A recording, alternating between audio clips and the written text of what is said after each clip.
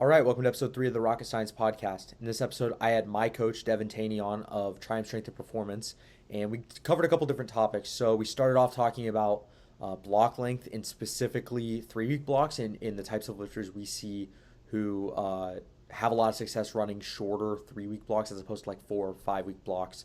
And then we covered some, 6 week blocks and just in general dove into the topic of like block pacing. After that, we got into wave loading versus deloading, the differences between the topics and how they can kind of mean the same thing and they're going to be different within everyone's system. So we kind of explained how we use the two terms and how we structure those two strategies within our own systems. And after that, we started talking about nationals and our plans for the rest of the year. So if you enjoyed this episode, leave a like, comment, share it. Devan's information is going to be in the description, all his links and stuff, as well as he shares that at the end of the video as well. All right, how we doing? I'm doing good, sir. How about you? Good, good. I'm excited to have you on. I've got 2/3 of the TSP gang on so far. I know Andy needs to fulfill the trifecta. You've already got some other fellas on too, so Yeah, yeah. Well, I want to do an episode at some point. It doesn't need to be anytime soon, but at some point, get all three of you on at once. That'd be fun. But yeah, that'd be fire. We still need you, Madison, um, and then the dudes in Florida and Tyler. Um, having Matt Nichols on will be fun because we're both coached by Steve. So, but yeah, yeah, for sure, we're making our way through. we should do a massive roundtable with everyone at once. That I was thinking the same thing the other day. That would be one hell of a What? conversation. How many That, people are in that? 10? Is there 10? yeah, I think there's 10 of us. We tried to do this is unrelated to a podcast, but in CNATS this year, we tried to have like a sit down dinner and like shoot the shit at dinner. It was me, Chris, Andy, Eric Hogan, and Andrew. And we all kept driving around and all these places were closed. Like every restaurant within a reasonable distance was closed, and then we ended up going to McDonald's. Yeah. It was horrible. It was like we were driving around for like an hour and a half. How But many is anyone in that group not going to nationals or is everyone going to nationals? I don't think the OPS guys are. Could be wrong. Chunky I Monkey know. I going to know. What'd you say? Chunky Monkey's he going to nationals? Tyler is not because I'm handling Lexi and he coaches Lexi. He's So Tyler's not. I don't think the OPS guys are. And then Andy's not. He doesn't have anyone. gonna say we could do it all then, but I know, but we have a lot of people on that session 2 Friday. So yeah. that'll be- Yeah, that's my only athletes on Friday, so that'll be a busy day. yeah. Um, I guess kicking things off, we'll start with kind of block pacing. So I know you have a good amount of your athletes run 3 week blocks, usually your bigger guys, if I'm not mistaken. So I wanted to talk to you about that because that's something where I currently only have one person running 3 week blocks, and I have not had success with that, but I've seen instances where I feel like I could. So I just wanted to hear kind of your, I guess, like ideas behind running some shorter blocks with certain demographics and what kinds of people you, I guess, have success with running those shorter blocks with. So I've had more people doing. So let's define a shorter block. I'd say the average is probably, most people run like that typical 4 week, maybe 5 week block, right? I think we can Yeah. kind of agree on that. That's probably around your roughly average block length. Longer block will probably be in like the 5 to 7 range. I don't have anyone doing more than a 6 week block, and I only have, I think, one person doing a 6 week block. But yeah, short block, I guess we can define as anything below 4 weeks.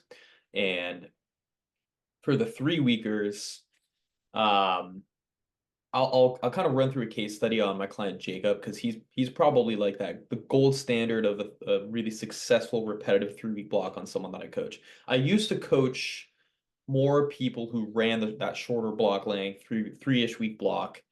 I think at the most at the time I had 4 people doing a 3 week block, maybe five, probably four though, and they were all roughly in like that heavyweight male demographic where the goal is really just to like have a pretty much like a really jokingly easy week 1 where it's I'll use Jacob as an example. I'll probably be talking about him a decent amount here, but um his week 1 squat single will be like not even 400 pounds. Like it'll be I think roughly is like we roughly take like 393, 95 just from his most recent prep from what I remember.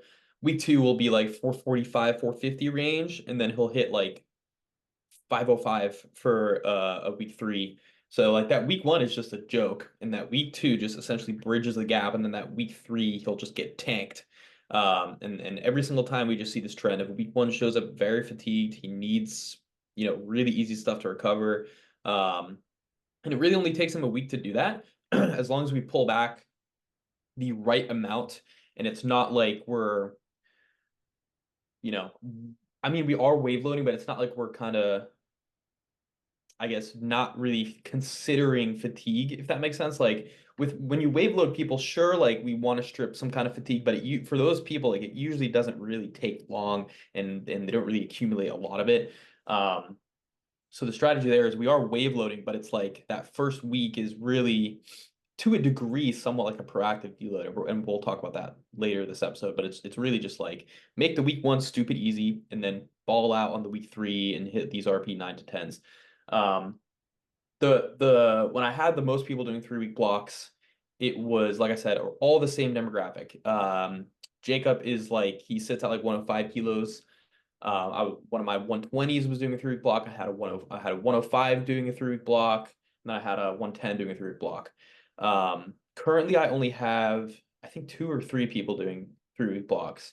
The other the 120 that I coach, who was doing 3 week blocks. He weighs more like 115, but we were doing 3 week blocks with him until we couldn't, where he had a work schedule change that it's actually super complicated because we run like a 2 week microcycle with him, but like his work schedule like alternates every other week. So like he'll have a 2 week work schedule, so we have to line up a 2 week microcycle to work Yeah, I around get that what you're work saying. schedule. So it makes it a 4 week block because it wouldn't work out that way for a 3 week block. So we stopped doing 3 blocks for him, but it was working fantastic. And it was just the exact same, you know, logic, right? Just start super, super easy. Everything is like just below RP5 and end on this big bang, if that makes sense. Yeah, no, that does. Um, so you said you usually, I guess, run into that with bigger guys. You're not seeing that with females. You're not seeing that with like the middleweight to lighter weight men, or is it just mainly the bigger guys? It's mainly the bigger guys, and that's probably a little bit of bias on my end, just because I've only seen it with them. I've only really experimented with that with them.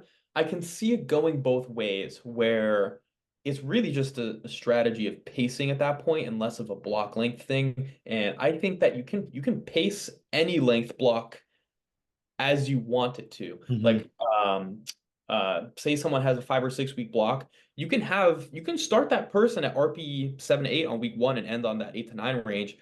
Or I'm thinking of the one girl that I coach who runs a 6 week block. We'll start really, really light for her, and we'll just take like on average one RPE jump or something like that each week. So for her, it's like it's similar to the premise of what I just said with the 3 week block, where we'll start really, really light for her, and then slowly ramp up to something heavy. So I think the pacing is really going to dictate the effectiveness of the block length, and that block length is really just there to allow that pacing to kind of be a thing in the first place. But the reason I bring that up is I can see it going both ways, where someone who really does well with high intensity and high volume can, in theory, respond very well to a short block length because, again, in theory, they're that week three is assuming it's the heaviest, is going to be that the lifter is going to be exposed to that week three more often. You know what I mean? So it's kind of just like high intensity over and over and over again because that's what they need. But I can also see the opposite where it's just like it just really is how you pace it. So um like the logic with Jacob is I don't want to limit how frequent the heavy exposures are for him. For example, the girl that I coach who has a 6 week block, I do want to limit how frequent those exposures are, just because she gets tanked, Hmm. uh, more so than Jacob would. Like she'll take a good 2.5 weeks to feel completely fresh. She just has like this kind of recurring back discomfort that happens after a heavy week.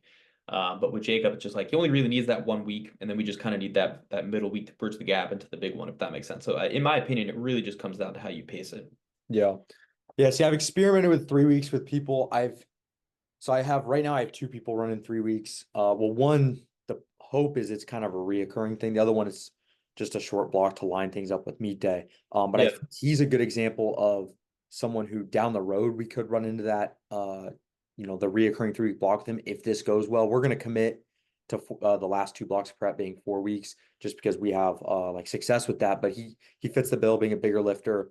Um, I think like he would benefit from just touching heavier loads more often. We take big jumps week to week anyways on 4 weeks. So yep. I could see him being like someone who we need to run 3 weeks with eventually. Um, my one client, Jacob Hepper, we've tried to run 4 week blocks for the longest time. We've been working together now for probably almost a year, around a year. And lately, over the last maybe like 4 or 5 months, he just gets super beat up, like insanely beat up.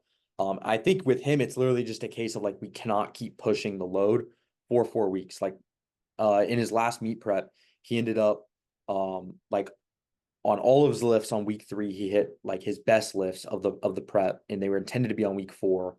And week 4, he just was flat. Bench was about the same on week 3 to 4, but squat just didn't show up the way we wanted. Deadlift was tanked. And he had a really good meet. We just tapered him super, super hard, pulled a lot out, and he came in really strong. But moving forward, we're going to try 3 week blocks.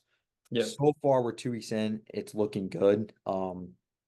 Only thing with him is just, again, those jumps have to kind of be big to bridge the gap. You don't have 2 weeks to bridge from week 1 to 4. You have now 1 week. So uh, Right. I've tried it with another client of mine, Grant. He's like a 105-ish weight range, 110. I think he's more like a 110 now. And with him, he didn't like him just because the jumps were huge. Like he's just not a fan of the big jumps. So it's about like finding that happy medium, I guess. Yeah, I personally have not had success. So I think that's interesting.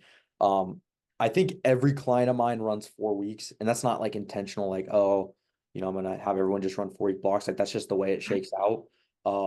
Some people though I have deload, which we'll talk about wave loading versus deloading later, because I think that's a good topic to kind of segue into. But yeah, I think the biggest thing with the 3 week blocks, like you said, is you get to touch the top end, like the RP 8 to 9 range on the primary days more often. You're doing it every 3 weeks as opposed to 4 or 5, Yep. if that's a benefit. And the only thing is you just have to have someone who's able to take like the colossal jumps. Like you said, you said your client was taking for like 50, 60 pound jumps. Yeah, it was like 27.5 kilo jumps within 3 week That's block. Yeah. humongous. I don't think I've ever 25, had someone, 25 to 27.5. Yeah. and the biggest I've had someone jump is probably like 17, Yeah. like really reaching into a last week type of thing. So, Yeah. um, yeah, It's also a 1% water max thing. Like he only squats 507. That's his PR. So if it was a 25 kilo jump for someone who squats like 700 or something, that wouldn't be as colossal. But Yeah, yeah, yeah. No, 100%. If it's like someone like an Ashton Ruska's jumping 25 kilos, that looks a little more normal. right. Um, I guess this would be a good time to segue. Well, another thing I guess I want to ask you about. So the block pacing thing, do you see like a difference with demographics between 5 and 6 weeks? Or is that very individualized and doesn't matter demographic wise with someone? Uh, I think it also comes down to uh, for lack of a better term, like just time to peak, right? Hmm. Like I said, I only coach one person who has a 6 week block right now. I have 2 or 3 people who are on a 3 week block, and then everyone else is 4 or 5. Um, but yeah, it comes down to time to peak. For example, one of my guys who used to be running 3 week blocks, we transitioned him into 4 just because it just looking back on previous programming before he was working with me, it just seemed to be working better. And now we're trying to tinker a little bit with um, taking advantage of what weeks he's the strongest. Like again, just kind of looking back on previous programming, it seems like he always gets nerfed on that week 3 for whatever reason. It's just like his week 1 is strong, his week 2 is okay, and then his week 3 is just really weak, and then his week 4 is really strong. So that was just kind of a pattern I noticed in his previous program. So that's why we switched him. But that's just an example of you know, block length needing to complement time to peak. But for the people where it's like that, it's on the other end of the spectrum where, we're trying to figure out, should it be 4 weeks? Should it be 5 weeks? Should it be 6 weeks? Um, Frankly, it can just kind of be like a fuck around and find out situation. Like even with Jacob, who's been doing 3 blocks for well over a year now, uh, he had like the way we figured that out for him was I think you mentioned something like this already, but like we had to line up timing going into a meet, and we had to do like 2 3 week blocks to line up with meet day, and both of them went really well. And then he wasn't going to be competing for a long time after. I was like, let's just keep running them because like that was the strongest I've seen you during that tail end of prep. So that's why we kept doing it, and it worked super well, and we stuck with it. So yeah, it was just kind of like we just tried it and it worked kind of thing. With the girl I have doing a 6 week block, really the reason I have her doing it was, well, there were multiple reasons. One was to line up time with media. She's doing Ronats or junior nationals in September, and she recently competed in, oh, was it April or May? I think it was April. Um, and I was just planning her timing between April and September. I'm like, if we do 3 6 week blocks right now, it lines up meet day perfectly. So that's one reason. It was just timing. And second reason is kind of like I said, every time she takes an end of the block heavy deadlift, she gets nerfed for like 2 weeks. Hmm. Uh, Her back just kills for 2 weeks. She had like this old back injury, and it's not being an issue from an injury perspective now, but it's being an issue because now these heavy loads just kind of flare it up a little bit. You know what I mean? So for her, the reason we're doing 6 weeks for her is really just because it was convenient for this prep to line up timing, and I thought we would be killing two birds with one stone, with just how we're going to pace lifts and understand that the first 2 weeks within that 6 week block are going to be super super easy, and the purpose there is to just let things recover. And so far, her training's going great, especially on bench and deadlift. So yeah, distinguishing, we'll say like 4 to 5. Again, it's just kind of like what I think the person needs. Sometimes I'll experiment with both. And there's one girl I coach where we've done both, and neither one of them has really seemed to be better or worse. Similar to you, I think we did 5 week blocks for a little bit We too. did 5 for my 2 blocks in that last meet. Exactly. And it's like there's some cases where it doesn't really seem to be that much different. Like the one girl I'm thinking of doesn't seem to be that much different. So for her, I'm just gonna bias towards the shorter block length. Hmm. She's not running into that wall at the beginning of the block or at the end of the block. We can have this consistent baseline where we just start, and that first week that's extra light. Like say on the 5 week block, maybe that week one isn't really necessary, and weeks 4, and 5 just are fine, and we don't really need that additional pullback.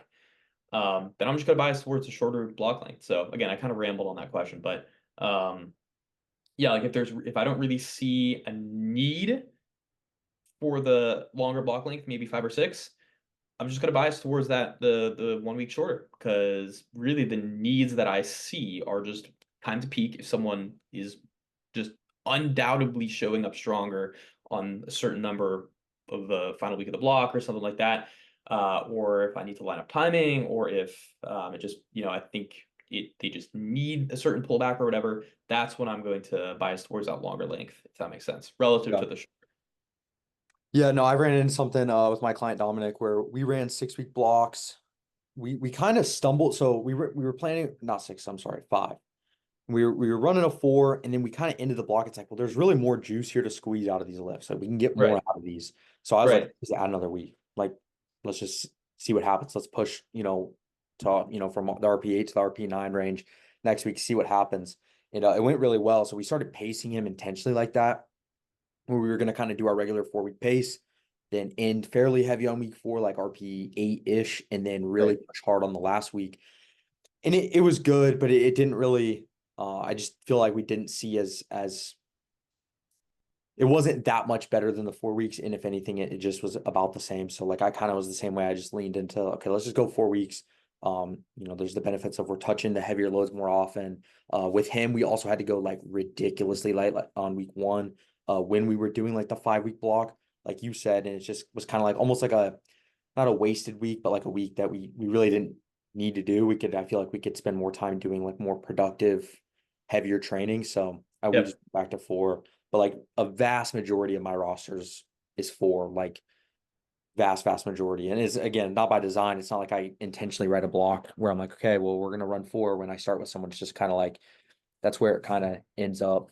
Um, how do you go about I guess like when this kind of gets into onboarding a little bit, but when you're starting with someone, what does that look like? Because for me, I usually write 4 weeks with the idea of okay, if we run the full 4 weeks and you fall flat and week 3 is your strongest, like okay, maybe that there's something to that. Or if we run the full 4 weeks and it's like I still feel like you're adapting. I still feel like there's juice to squeeze. We can add the 5th week. So I feel like it's kind of that middle ground. So I usually plan for 4 with the idea that okay, we can add a 5th week if we need to, or we can, add a third or the following block. Let's say the 4th week's just really flat. The following block, maybe we try 3 weeks or something. But what's that look like for you? Because I know when you onboarded me, everything was written 1 week at a time. So I don't know if that's something you still do. I want to say you mentioned you don't do that anymore. Yeah, I don't do that anymore, and I'm not opposed to doing it anymore. I just don't because I think I prefer to write a block at a time to start because I've seen a lot of value in just the middle length term planning now. And just I like people seeing like the vision more and the end goal of a Mhm. first block. Um, but I haven't written a intro block 1 week at a time all year. At least I don't think, but it's been yeah, it's been a long time. But yeah, I did used to do that just to kind of see how pacing would go without setting it. But now I'll set the pacing first and we'll just trial it and see how it goes, and we can always adjust it mid block as needed. But the way I'll pick block length off the bat, I'm assuming that's kind of what you're getting at, right? Yeah, yeah. Um, is first obviously I'll look at previous training. And when I have someone send me their previous training, obviously it's helpful if everything's in one sheet because then I don't need to nitpick it. But if I do want to highlight certain blocks, I usually tell people highlight or just send me in general blocks that were really successful in the past or really poorly performing in the past. Um, Someone I'm thinking of off the bat who I started working with last month. I got her training and it seemed like every block was 5 weeks. And I think if I'm remembering correctly, I could be wrong, but like previously months ago, she would dabble in 4 week blocks, and then some of her higher performing blocks that she was highlighting were 5 weeks. So for her, I just wrote her 5 week block off the bat because it seemed to be higher performing on average. So that's an example. Sometimes I'll buy into lifter demographic a little bit more. For example, one of my guys who currently runs 3 week blocks, for him, I started out right in a 3 week block. Wrote an intro week and then a 3 week block, and we started wave loading 3 week blocks for the most part. So him, it was more of just buying into the demographic of him being a heavier male, and also somewhat timing it to meet day 2. So yeah, it's a combination of that, just what seems to have worked in the past, what their demographic is. But sometimes it's just like there's neither one of those data points are given to me, you know? Sometimes they haven't been lifting that long and we haven't really seen how their demographic plays out in their training. Like for example, the girl I coach who runs 6 week blocks is a 56 kilo female. That doesn't really, you know, and the logic behind us running those blocks is to give her plenty of time to cool off after high intensity. So she just like is the opposite of what is expected. So it's like, does their demographic match trends in their training, and what are the trends in their training in general? And those are probably the two big ones that I factor in with initial block length.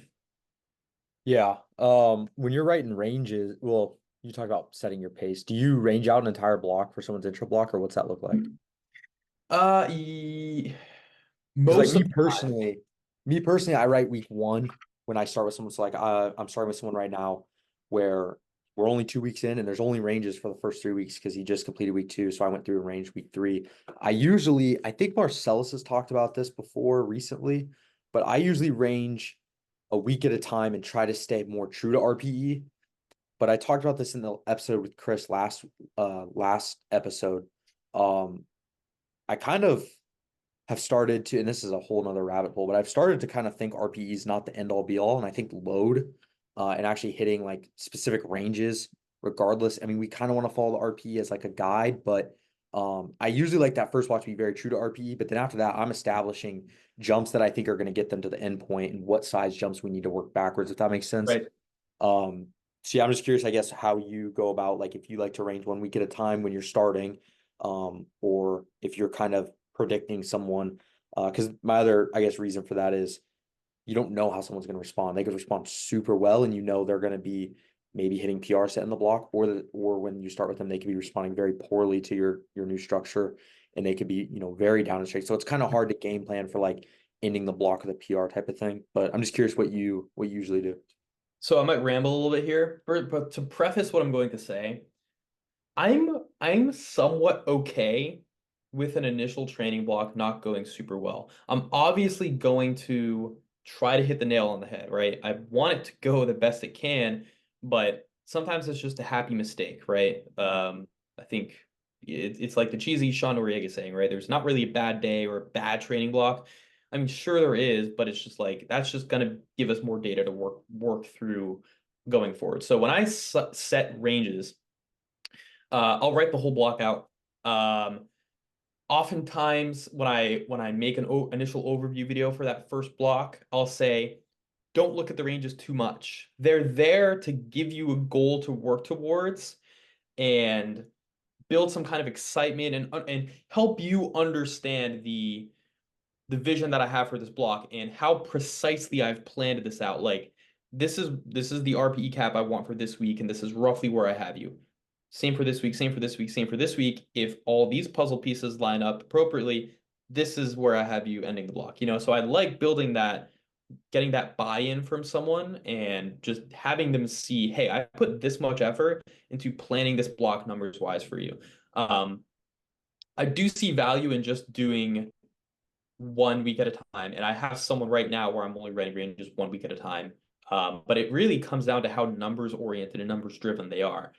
If they see that end of the block number and they will be taking the top end after top end after top end, overshoot after overshoot, and it's just counterproductive, then I'll do one of two things. Like I said, I just won't write the range towards the end of the block, or I'll just take the range and I'll go, X amount lower than I want them to, just to help build that momentum and not really force a number on the bar. So yeah, I will write ranges for the whole block. It's obviously subject to change. I change ranges oftentimes throughout a block if I feel like I need to. Sometimes someone's block is going way better than I think it is, and I think we can capitalize on that.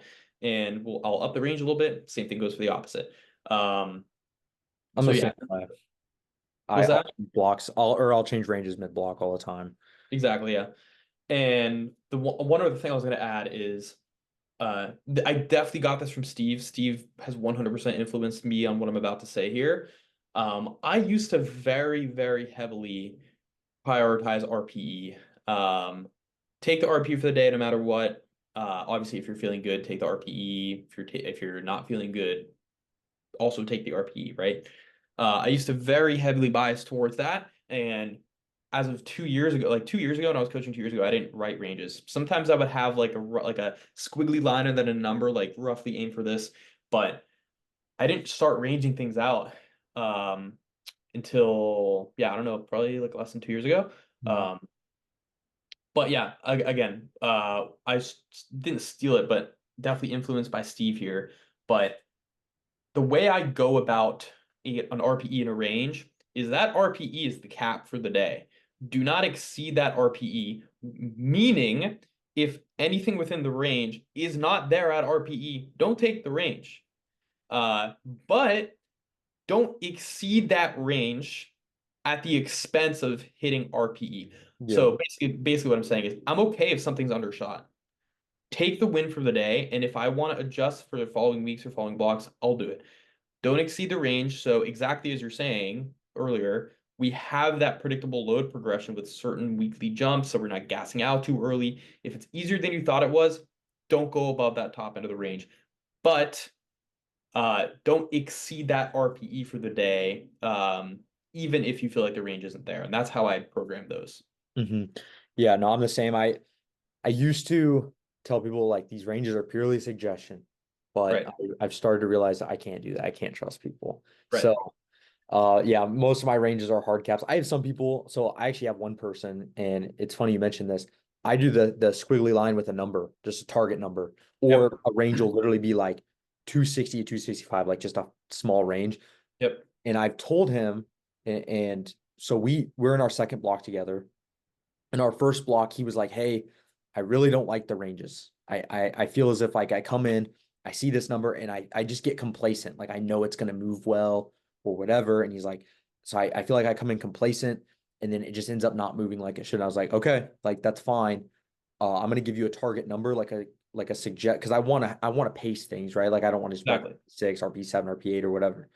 But I said I'm gonna give you one, or one number or a very tiny range. You can go above or below, but if you abuse this, I'm gonna take this away from you. And Yeah. so far, he has not abused it at all. So far, Nice. and he's actually having really good training right now. It's our second block. Squats looking really good, bench looking good, really good, and deadlifts looking insane. So far it's going well. We'll see how long we run this for, but yeah, I think that's actually an interesting strategy where you just give it a general target load, but he has the ability to go 5 or 10 pounds more if he's feeling good. And yeah, he hasn't abused it so far. So Yeah. uh, To kind of build off of that, I don't think the solution to people who are numbers oriented is to strip the range altogether. Like you're saying, you had that workaround where you just have a target load instead of a range, and they get too nitpicky with it. But um, for example, someone I coach right now, I'm really struggling to get their deadlifts to move, and we thought we were on the right track. And then, I was like, all right, next week should go great. We've made these small programming and technique changes, and then the next week goes horribly. Um, it's been a combination of him historically making bad low decisions and just kind of chasing a number too much. But it's also just been the fact that we haven't figured it out yet, too. And we mhm. haven't really hit the nail on the head as far as what he needs to get stronger on deadlift, right? So it's a combination of the two. But I told him, I'm like, if we want to hit the nail on the head to help deadlift progress, the poor loading decisions need to stop. Mhm. And you just need to be treating the RP as a cap. So what I did was I was like, I understand that you're looking at the range and you're really chasing that top end. I understand that. But I don't want to get rid of it exactly as you said, because I don't want to get rid of pacing. Like pacing is so important. If you pace a block inappropriately, you can ruin the block. Some people can hit an RP10 on week 2 and then go up and load and hit an RP7 on week 3 or something like that. But for the most part, if you screw up pacing for a block, it's game over. And yeah, for him, I was like, what I'm going to do is I'm not going to get rid of your range. I'm just going to give you the most disgustingly wide range as possible. So there's a cap for the day. So I think for him, we went from like a 5 or 7.5 kilo range. Now it's like a 15, 12.5 kilo range. So I'm like, this is probably roughly going to be what you're in the range for. That top end is still the cap, but I'm making it so you don't only look at one by one at RPE 8 and then you hit an all-time PR 2 weeks early for some what weird reason. You know what I mean? So I'm still trying Yeah. to control things, but I'm also not making it so the range is so tight where he feels like he needs to hit something for the day. Yeah. Are you with that in that situation? Are you just making the high end of the range like very aggressively high, so it's almost like he can't have any reason to chase it, or is it just the bottom end's extended out? Does that make sense? Yeah, it's usually just that bottom end where that top end is pretty like, you know, this would be what he should be taking on a really good day kind of Mhm. thing. So I'm not highballing at all. I'm definitely lowballing. So yeah, definitely Yeah. definitely on that lower end. I feel like we covered this pretty thoroughly. I want to talk about deloads and wave loading with you, and I know our group chat was talking about wave loading the other day, Yep. because I feel like I've been doing it a specific way for a while. I feel like I've been actually kind of wave loading before it was like cool to wave load. Yeah. And but I used to be someone who deloaded everybody almost. And I'll explain. But I deloaded, I'd say like 80% of my clients. And then that slowly became like a 70-30, 60-40 split. But since Yep. working with you, you've really flipped my mindset with that, where I realized like it is a little it for some people it can be a wasted week of training. And I actually have noticed with myself personally, when I used to run deloads, I would feel really weak on them, and I don't think it was because I was fatigued. I think it was because I was not bringing the energy I should have been, Yep. the intent. So I want to ask, I guess, your opinion on deloading versus wave loading, and then we can kind of start getting into how we do that, because I feel like the way you do it with me anyways is kind of the way I've been doing it. But I know like the way Steve has kind of made his video that kind of popularized the term, as well as Eric and Andy. And Andy said Brad had him doing it a certain way as well, which I don't do it that way, but I did want to talk about that. So the difference is whether you're deloading proactively or reactively, meaning do you do it routinely regardless of how a block went? And say someone runs a 4-week block, for example, do you have an additional deload week at the beginning of that block to recover from the previous block every single time, no matter what, right? Or do you kind of eyeball it more and say, hey, I think we need to pull back because the previous block or the previous bit of training or life circumstances, or maybe you just need a break or whatever.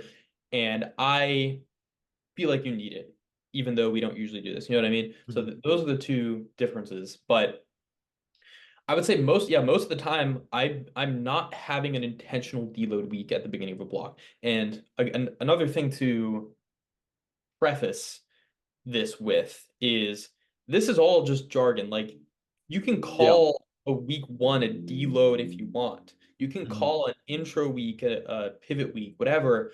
Just deloading is just where you're taking away stress in hopes of recovering, right? You can call that a deload to a degree, right? Um, so say someone runs routine 4-week blocks, that week one, you're essentially deloading, right?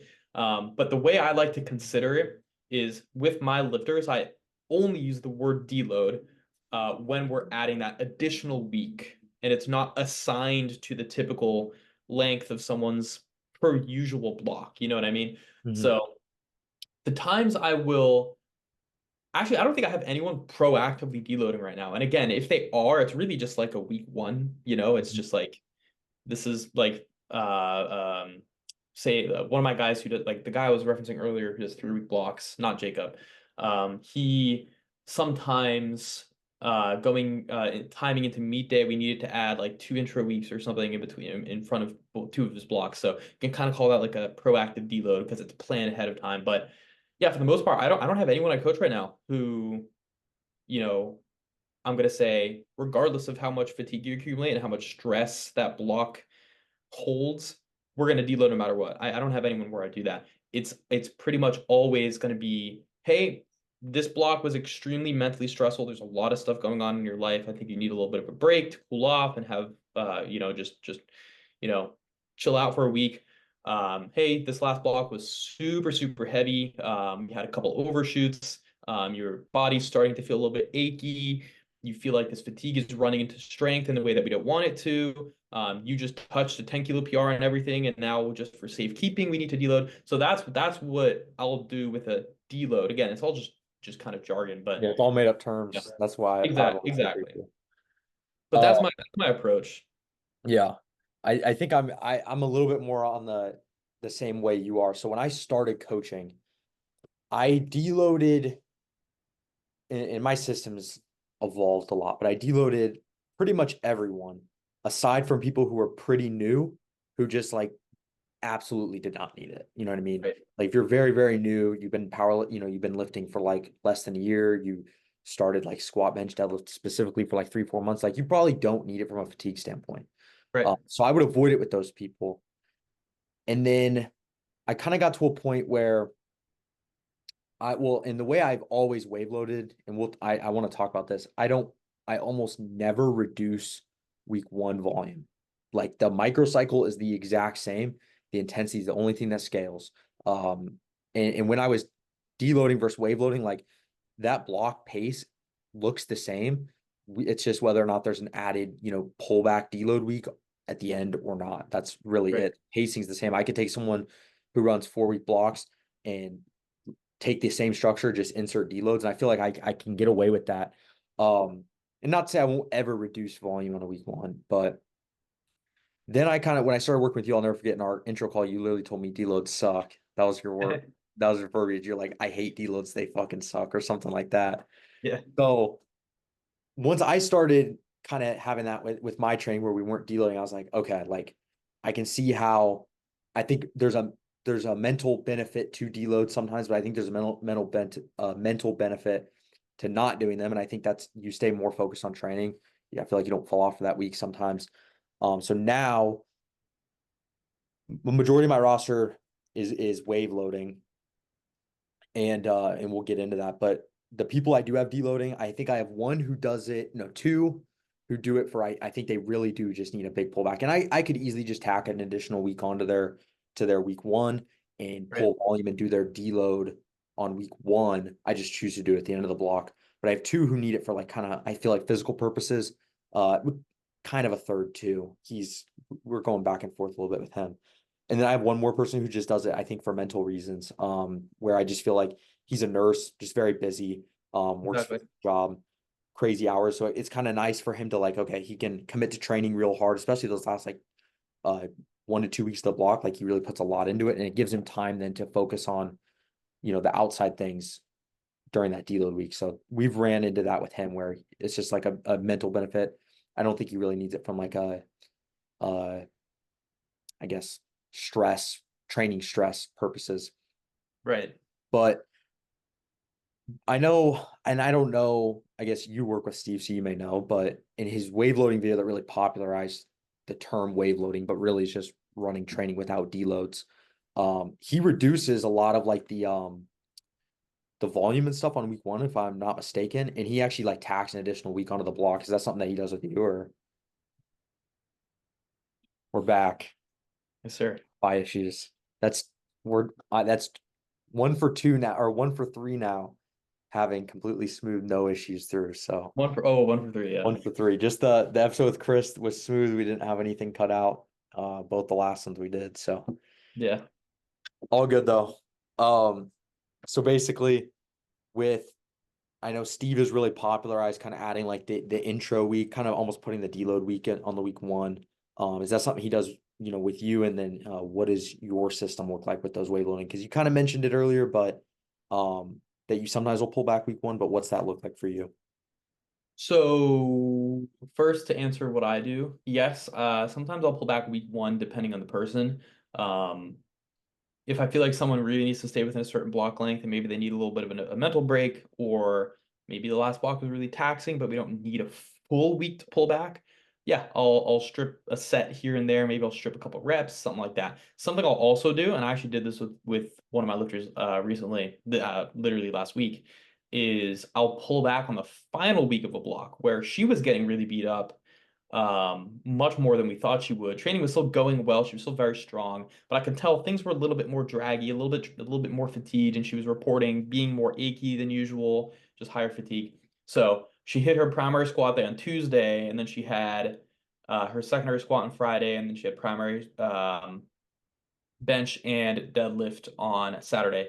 And I was like, okay, you just had this really big win on Tuesday's primary squat. So what I'm going to do is I'm going to cut your volume in half on Friday's secondary and pull back on intensity. And then also pull back significantly on your primary deadlift back downs on Saturday. And that'll be kind of a deload this block, which will ramp into next block. So we don't need to have this full week of training that we're just gonna be missing all this stimulus on. You know what I mean? So sometimes I'll do it for week one. Sometimes I'll do it for the previous block's final week, if that makes sense.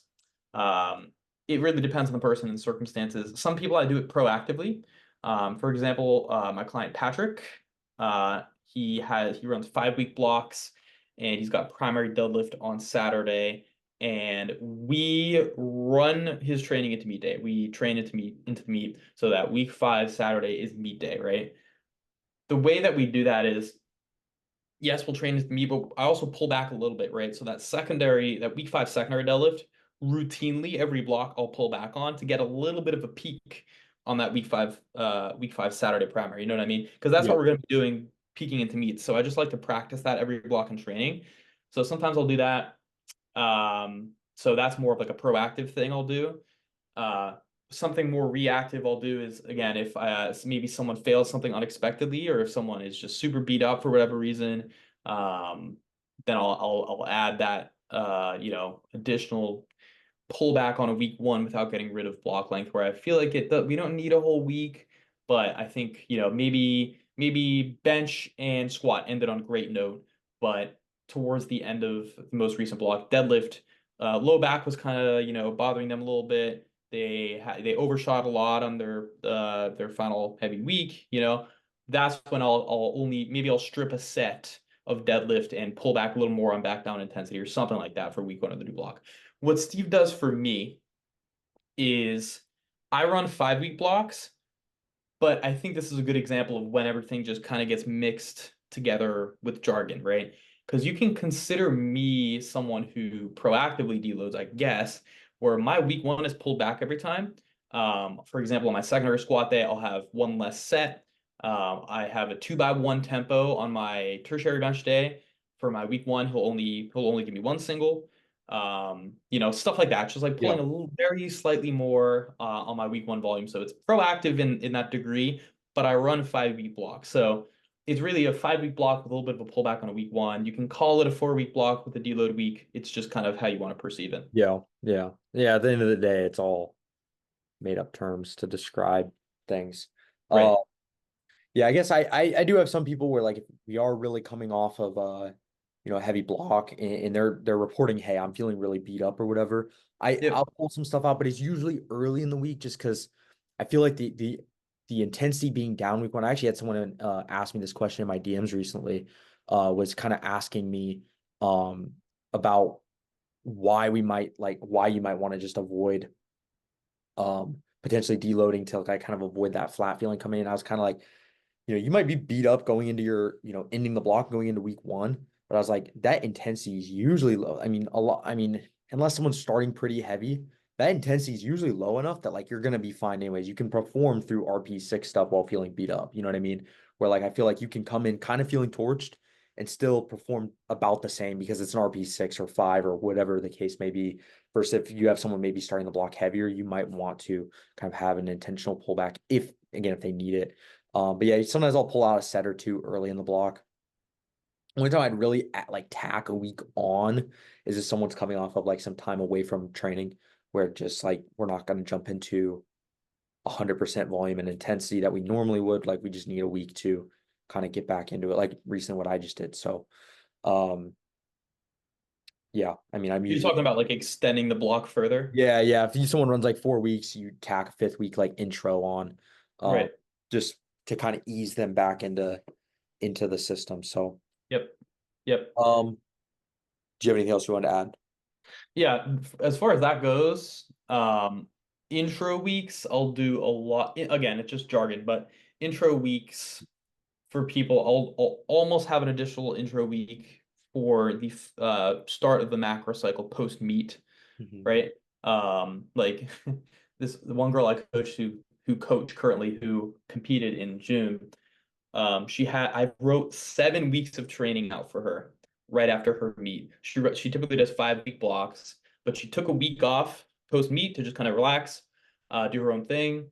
And then if I'm remembering this correctly, maybe I'm a bit wrong. Maybe it was 6 weeks, but she had like half a week that she couldn't train or something like that. So I wrote her 5 week block, an intro week to just get something easy to Get retrain, into it. obviously from time off, and then a half of a week of training to fill in the week of training that she could do. You know what I mean? So it was like pretty much 7 weeks of training. So yeah, that's something that's a time when I'm going to routinely do that.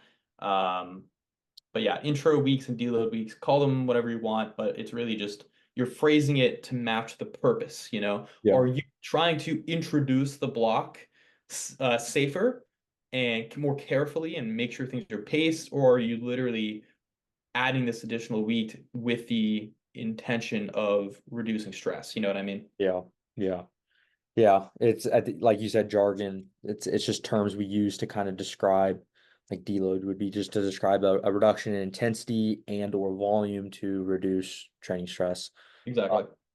as for one more thing I wanted to add with my people, you talked about how you have some people who proactive or there's a difference between proactive and reactively deloading. I would say with almost everyone I have, there's still that small chance that like, hey, maybe we'll skip the deload this week. And usually like I'll even like when I plan my week out beforehand about what blocks I'm writing this week or whatever, I'll even write in there, you know, X lifter deload and then like X lifter block, and like I'll make sure to schedule it just in case we need it, because sometimes there is times where it's like, okay, hey, if fatigue is low or the momentum's there and we're not feeling beat up, like we can skip the deload week or whatever. Right. Or if someone's feeling like particularly motivated, when normally we just deload kind of to help them out for mental purposes. The only time I guess I am not as reactive as if I'm planning a meet prep where it's like, okay, I'm gonna write this structure, and I know we have to, if we normally deload, so I'm gonna plan things out so that way we can fit the deloads, and we kind of have to stick with this. So at that point, I would not pivot from the game plan. Um, Yeah. so that's the only time I guess I would not be proactive or reactive, or even if someone's feeling super beat up, I'm usually gonna not add in a deload weekend if it's not gonna fit for purposes of meet day, because at that point you are constrained and confined to the schedule of when Right. you meet. So it's nice. It is nice when someone's not near meet. That way you can be very much like there's no schedule. It doesn't matter. You know what I mean? So Exactly. um was there anything else we kind of wanted to cover? I think that was the two big topics we kind of wanted to get through, right? Kind of Yeah, those are the two big ones. kind of three. Um, I guess we can talk about nationals quick. How many people do you have doing nationals? So I had four. Um, Two of them decided to drop out for financial reasons. I think they kind of signed up, but didn't really consider how much of a task it is to Well, pay it's for kind of hotel. USAPL's fault for making everyone sign up. Well, yeah, there's that with the scheduling and whatnot, but yeah, they just didn't really want to, I guess, pay like they were committed to it. They really wanted to do it, but they just didn't want to hotel and plane and whatnot. So they dropped out. Right now, I have two, one 56 kilo junior female, and then I have a 60 kilo junior and open female. So I'll be handling third. Well, yeah, they said the schedule is final. So Thursday and Friday. Mhm. And then I'm helping Eric before my 60 kilo female competes. How many does TSP have going all together? Do you know how many Chris has? I think Chris actually only has one. So I think three. I could be wrong though. Chris might have two. I think it's just three in total. It would have been five if my other two followed through, but yeah. I know Eric's gonna be busy. Eric's gonna be busy. Eric's big into getting the team to do one big meet, and that's how we were for this year's regionals. We had a lot of people at Northeast Regionals, Mhm. and we as a team have over 20 people doing Mass State Champs in November. I have 7 people doing that one meet. That's gonna be my most stressful meet. So yeah, I'm trying to get a lot of people to do states this year. I got to so I wasn't registered as a team last year, so I got to get my team switched over from Iowa to Nebraska. I registered it in Iowa, but vast majority of my roster is Nebraska. So I don't even know if I can do that. I'm gonna try though. Um, Use a fake address or something. Don't tell anybody. But you, yeah, you I have got you one got doing Calvin for Nats. Nats, right? What's up? You got Calvin for Nats, right? Yep, Calvin's doing Nats. He's competing on Friday, and then yeah, I'll be there. I think I'm gonna get there Thursday afternoon or evening. I'm driving, so we'll see how that Yep. goes. I'm gonna rent a Yep. car, and it's 13 hours, I think. So 13-hour drive? yeah, yeah. Oh my I'm gonna go with my God. girlfriend though, so we'll split the driving. So it's not like I have to send 13 hours straight. That would Right. be tough. But Yeah. I mean, I'll probably get up early. I'm used to the early hours anyway. We'll probably leave my house at like 5-ish a.m. maybe. We'll Yeah. see. Yeah. But I'm looking forward to it. First big meet. Um, you did you handle it Nats last year? No. This will be my first time being at Raw Nats in person. The only two big only well, only three big meets I've been at were re actually I've been at regionals the past 2 years, and I've been at collegiate nationals the past 2 years. But besides that, no. Yeah, I have not been to Raw Nats yet. So this will be my first. Yeah. I'd like to go to collegiate nationals next year. I have a lifter who's 9 weeks out yesterday, from like a meet where we're looking for the QT, the CNET Nice. QT. So we'll see. I think it's in Atlanta. I don't remember, but No, I think Raw. or I think CNETs. Raw Nats next year is in Atlanta. Oh, okay. Well, I forget where collegiate. I don't know if Collegiate Nationals has been released, or maybe it has. I forget. But yeah, I'll be at Collegiate Nationals again. I already know I have multiple people who are going to do that. So I had 5 people this year, and that right now is as of right now is my biggest meet. But Mass States will beat that. Yeah. Yeah, I had 3 people do states last year, and then I had 3 people just do a local meet recently. So I'm thinking though we're gonna beat that going into states this coming year, Nebraska states, because I already have a lot of people who are like, oh, I kind of want to do states, kind of want to do states. So I'm gonna try to get a lot of people in there. It's always fun. I like to coach when you have a lot of people there. Just it makes the day go by really fast too. So, Yep, 100%. anyways, where can the people find you, social You media can wise? find me really all I use is Instagram. So Instagram is TSP_Devan. And then we got our team page at Triumph SMP, which is also linked in my bio. So that's where you can find me. Yeah, I'll link all that too. So, Perfect. anyways, that'll do it for this episode.